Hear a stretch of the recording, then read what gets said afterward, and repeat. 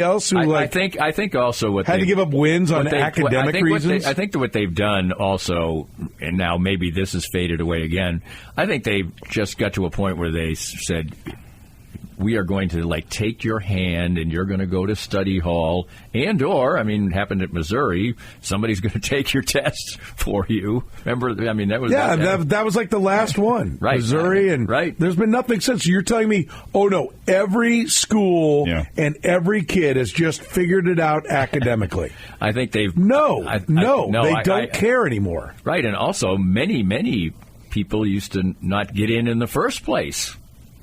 That never happens anymore. That's why there used to be some quality ball at some JUCOs. And then Prop 48, you'd have to sit out a year. And everybody gets in. Right. It's like now when they say, when in basketball, to me it's almost a joke when it's and also they'll be bringing in last year's junior college national player of the year. I'm like, who cares? What? Why? Why? Yeah. Who was the last junior college player that really made a difference? Ooh. Larry Johnson? I don't know. It might be. The only one that even played minutes was around here anyway was Mario Little, who started for a few games, but I wouldn't say that's true. Yeah, he was massive difference. I think what years? His last year with Kansas was 2010, 2011. Okay. So well, I also some guys will be at a JUCO as a way station between for 3 months. Yeah. And they'll be at Kentucky, and then they got to do something, and so they go to Independence or Butler County. Or for a while, they had that thing where you could, Ben McLemore did this. You could go, you can't play yet, but you can go to the university, but you're redshirting for a year. But then you can, if you want to stay for a fifth year. That counts as was your he Prop 48? Is that what that's called? That's what it was. Yeah. Anthony Hardaway was Prop 48. Right. Yeah, he and Jamari Glenn Traylor. Robinson. Okay, yeah, he and Jamari Traylor were the same, and that was the 11-12 season. But this happened a lot. So there must have been, and it's legendary.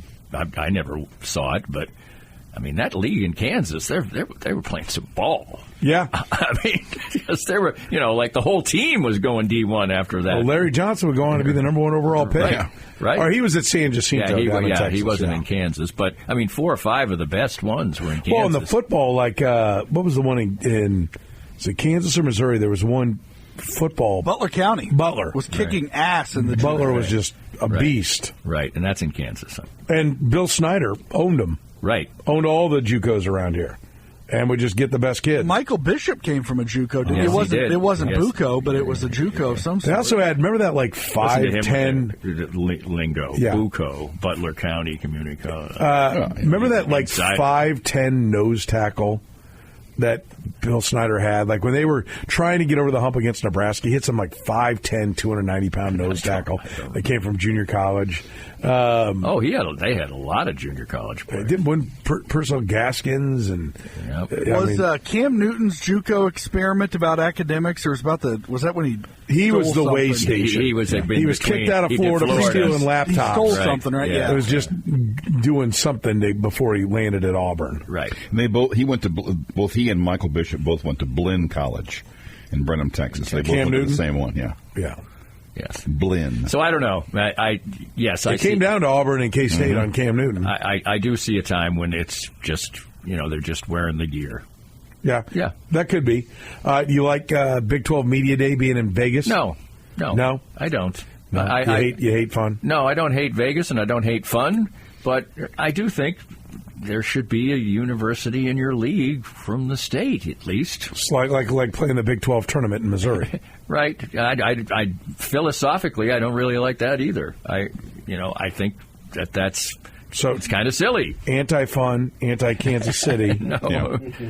It is kind of dumb. You're running for mayor soon, I assume. No, I'm not. The Vegas thing makes sense, though, because Danny does not look like a man that enjoys a buffet. But I like Vegas. First of all, I enjoy Vegas. Just as a sidebar, the Vegas buffets are dead. Let me just tell you that right now. For a minute. Number one, they charge $90 So it's not even worth going to, and they all blow. I haven't been to one in, we used to go, that used to be one of the things. Which day are we going to hit the buffet? Oh, yeah. Which day are we going to hit the buffet? We'd hit the Mirage Buffet. When I lived there, Sunday cheat day, we would hit different buffets. Like the Texas Station, the Fiesta. They had all these, the Fiesta World, and then the Rio had a great one. And we'd go to a different buffet every Sunday. And just you wouldn't eat all day, and you just hit the buffet. But it was pre-COVID. We went one time, and I'm like, the Mirage Buffet. I'm like, this sucks. We paid $45, and it is crap. You can still get crabs, just not that kind. Yeah. You nailed it. Hello. You would probably not believe that this story is about me, but I used to be a roller coaster dieter. That's one of the reasons I changed the way I ate. And my break the diet was the kind of thing where they eventually were looking at me will you get out of here? I'd be on a diet for 2 months, and then I'd go to the Pizza Hut buffet. And pitcher of beer, and I was there for a long time. Lots of pizza, lots of beer, 2 hours maybe. I brought me some magazines. They wanted me out. So I finally said, you know what, this is the 2 months of that weren't worth this. This didn't make up for it. That didn't make up for 2 months of V8. I'm changing my ways. Yeah. Okay. Good to know. Storytime with Danny continues. It's brought to you by Easton Roofing. Online at eastonroofing.com. We have had a lot of storms. Listen, it doesn't cost anything. Inspections and estimates are free with Easton Roofing. Find them online right now at eastonroofing.com. More of Danny's Reasonably Irreverent podcast after this. Did you experience hail damage last year and never got the work done? Most insurance companies only give you a year to get the roof fixed. And if you don't get it done, you could possibly not be compensated in full for the replacement of your roof. If you've been procrastinating getting that damaged roof taken care of, give us a call at 913-257-5426. And we'll send out an expert to help you through the process. We're never pushy, we're just here to help. Easton Roofing. Integrity matters.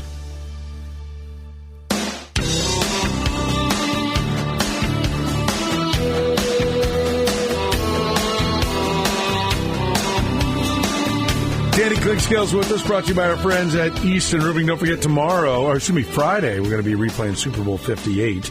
The Chiefs' overtime win over the Niners. Kevin Harlan, Kurt Warner will have the call. That'll be on in place of us. Spoiler alert.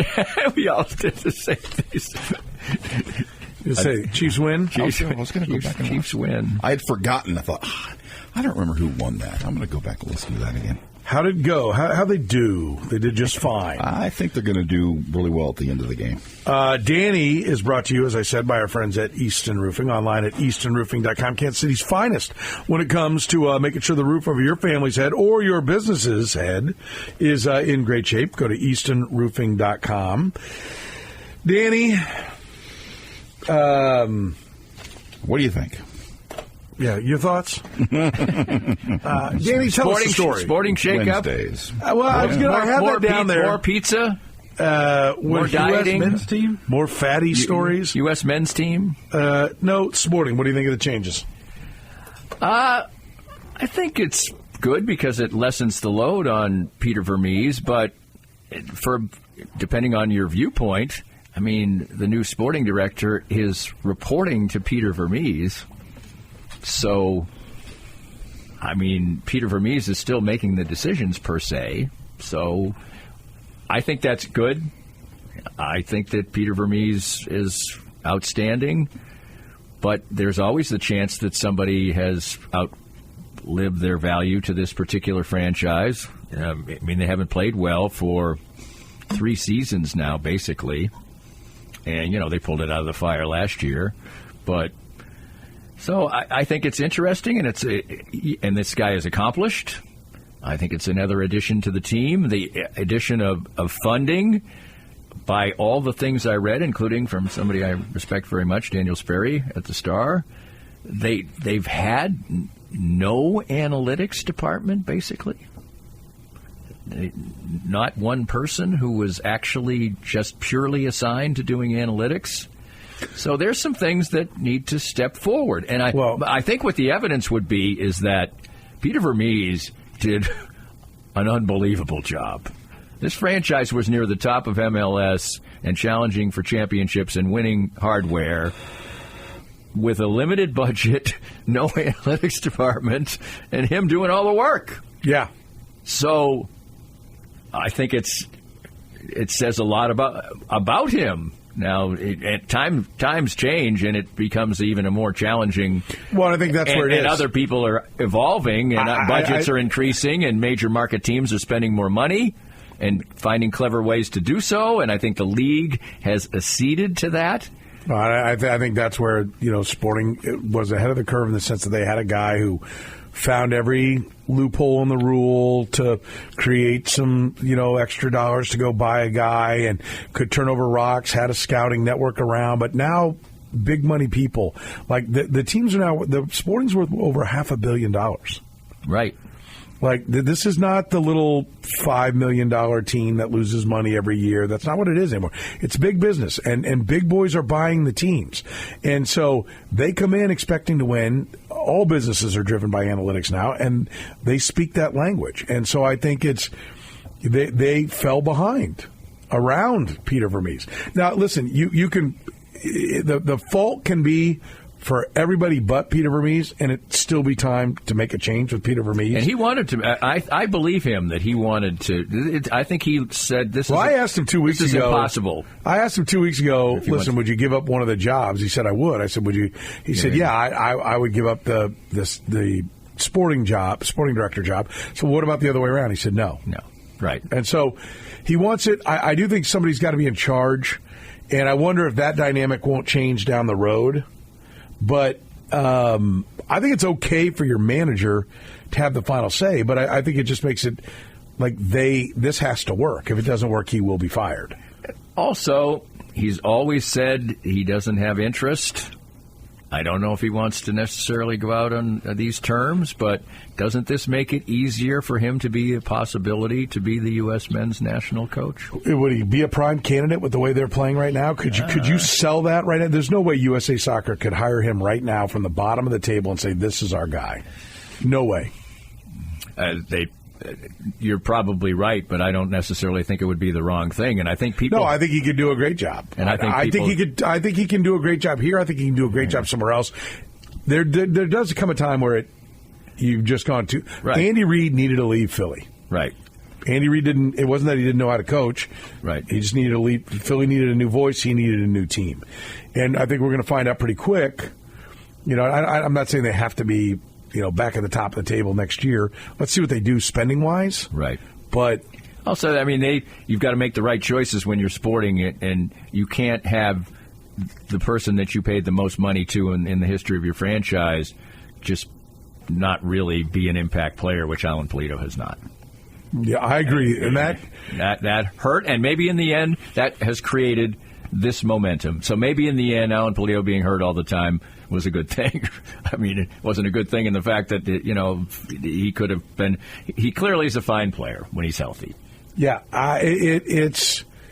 he's got to, But now even when he plays, he looks like a shadow of himself. Well, the whole front line, right, has issues. So yes. I think there will be a massive overhaul this offseason, but I don't know that means that there'll be a massive turnaround in results. I think it may just be the beginning of a multiple-year process.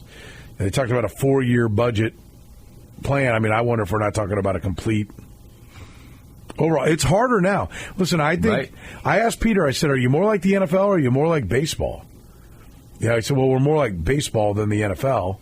But he talked like he thought they were still in a better situation than, say, the Royals are in baseball. It almost seems like... I don't know. I think small market-wise, I don't know that you are. It almost seems like their model is closer to the NBA than the other sports, in the fact that in the NBA, you can really you are allowed to keep your players and really pay them anything. Well, and then you can be over. Want. We didn't get into this, but the Lakers signing of LeBron James was just so asinine. They're literally $1 million over like the second threshold, which means that now they can't move first round picks, and they don't have like mid-level exemptions. If he takes $1 million less and he didn't take a max deal, But they went over by $1 million. Now, if they turn around and trade D'Angelo Russell and get below the cap, then it's all going to make sense. But right now, they've handcuffed their ability to acquire talent so that LeBron can play a year with his kid. Right. I mean, that's ridiculous. But to your point, yes, the NBA is like soccer in the sense that you can bust through the cap. Right. But there is still a